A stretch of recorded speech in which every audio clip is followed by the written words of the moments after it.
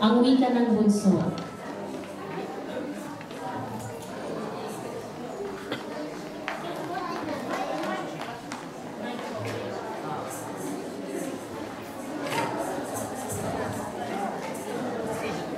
Ama,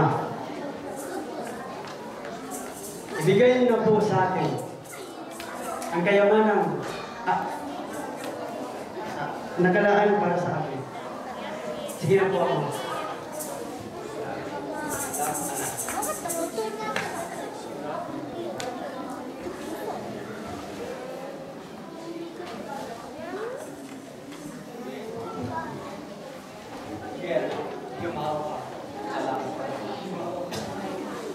Maraming salamat, Ama!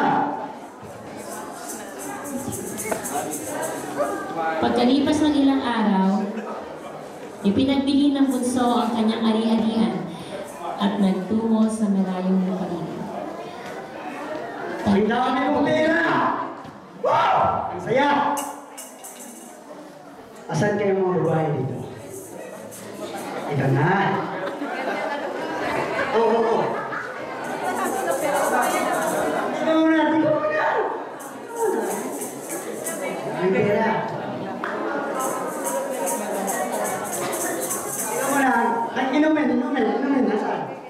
Inumin. Nasaan?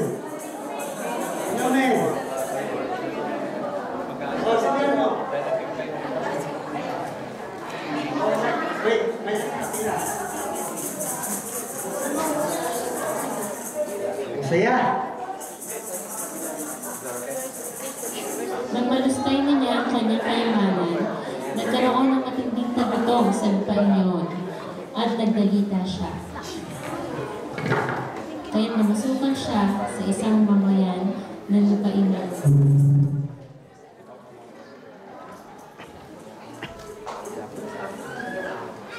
Saan ba ang alipin mo? Ikaw, naginis ka naman ng mga baboy. Siyempre naman po. Siyempre po. Ayusin mo yung trabaho mo. Hindi ka ano to. Opo. Asan na po? Bilisan mo. Sige po. Ibig sana niyang punan ng kanyang pagkain kahit na mga bungang kahoy na pinapakain sa mga baboy, ngunit walang magbigay sa kanya.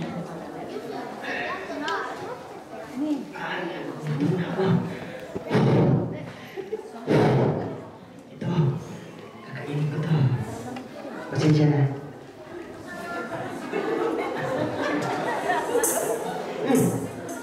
Hindi masarap.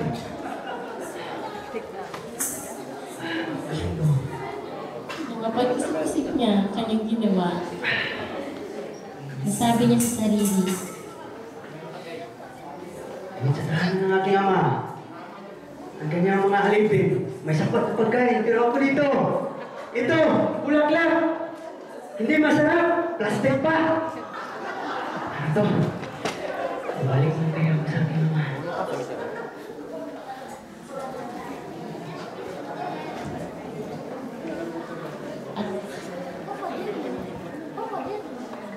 at tumindig siya at tumarong sa kanyang ama.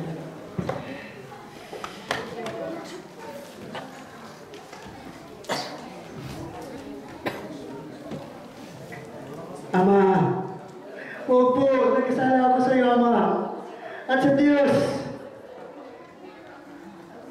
hindi na po ako karapat-dapat na tawagin niyo anak, Ama. Opo. Patawad po, Ama. Patawad, Ama. Maraming salamat at nasupungan ng muling bumalik. Mga alipin! Magsilabas kayo! Bigyan niyo siya ng kanyang palaban na may susuot. Totoo, Ma?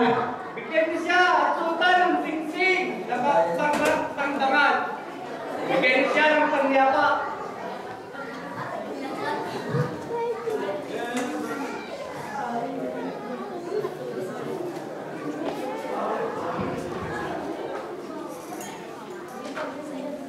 Ilabas niyo ang iyong kupa.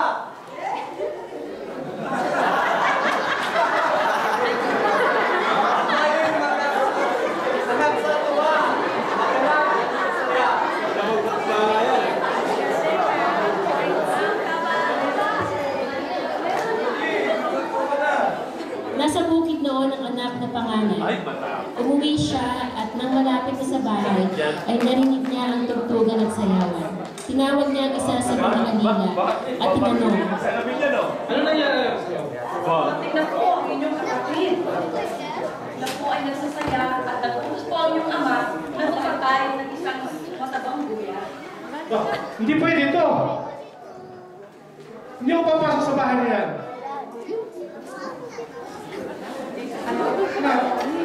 Ama, ano nangyayari dito? Ako na marami ko ang naglikod sa'yo. Anak, ang lahat ng sa akin ay sa iyo. Ang iyong kapatid ay dati nang namatay. Ngunit ngayon ay nabuhay. Siya'y nawala. Bumalik.